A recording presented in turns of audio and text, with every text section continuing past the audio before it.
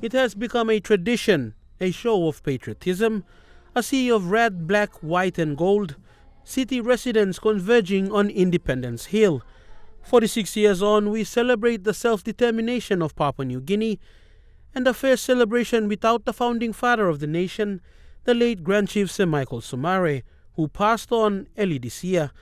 Prime Minister of Papua New Guinea paid homage to Sir Michael and the forefathers that have gone forth. We will celebrate September 16 without the founding father of our country, the great Grand Chief Sir Michael Thomas Somare.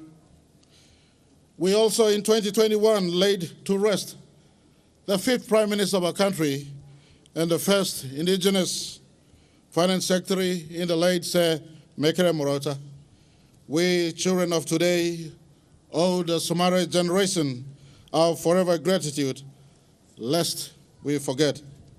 A patriotic statement by the Prime Minister to open his speech, a message to the wider global community that PNG's 46 years of independence has always been met with criticism by the international community, but PNG remains a progressive nation. Many commentators have written our nation off in the 1970s, in the 1980s, and in the 1990s up till today.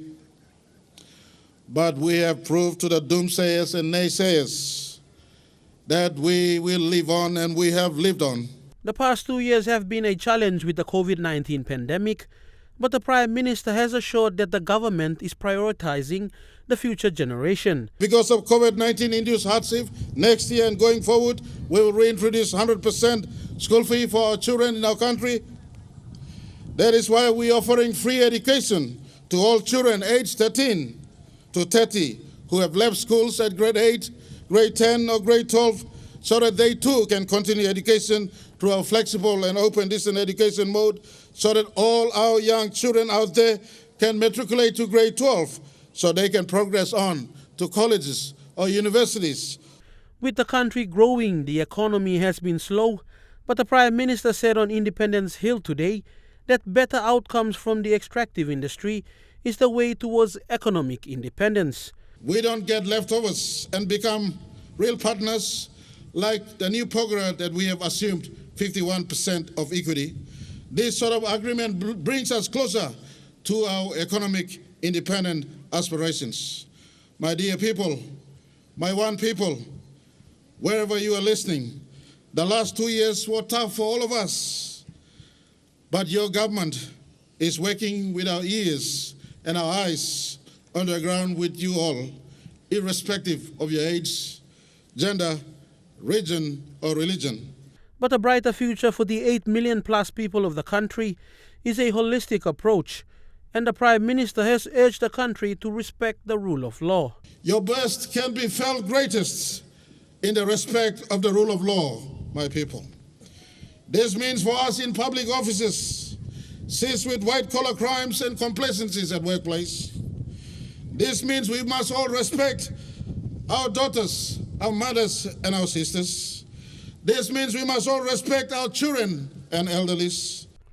In his closing remarks, the Prime Minister gave a quote from former U.S. President John F. Kennedy and urged the people of the country to always have hope for a brighter future. Ask not what your country can do for you, but rather what you can do for your country. I too point you to this ethos that is universal for nation building in as far as principles of citizen must be. And therefore, before I end my address to you all, I want to appeal to the conscience of our country. Those who stand here, listening in, those who are listening abroad, and from the far fledges of our country, the remotest islands who are struggling, I hear you and I see you. Have hope for your country. Your country is not dead and gone, for we are still abundant in blessings and natural resources that God has given us with, and we still have our friends who are not just our political partners, but more importantly, our trading partners. Fidelis Sukina, National EMTV News.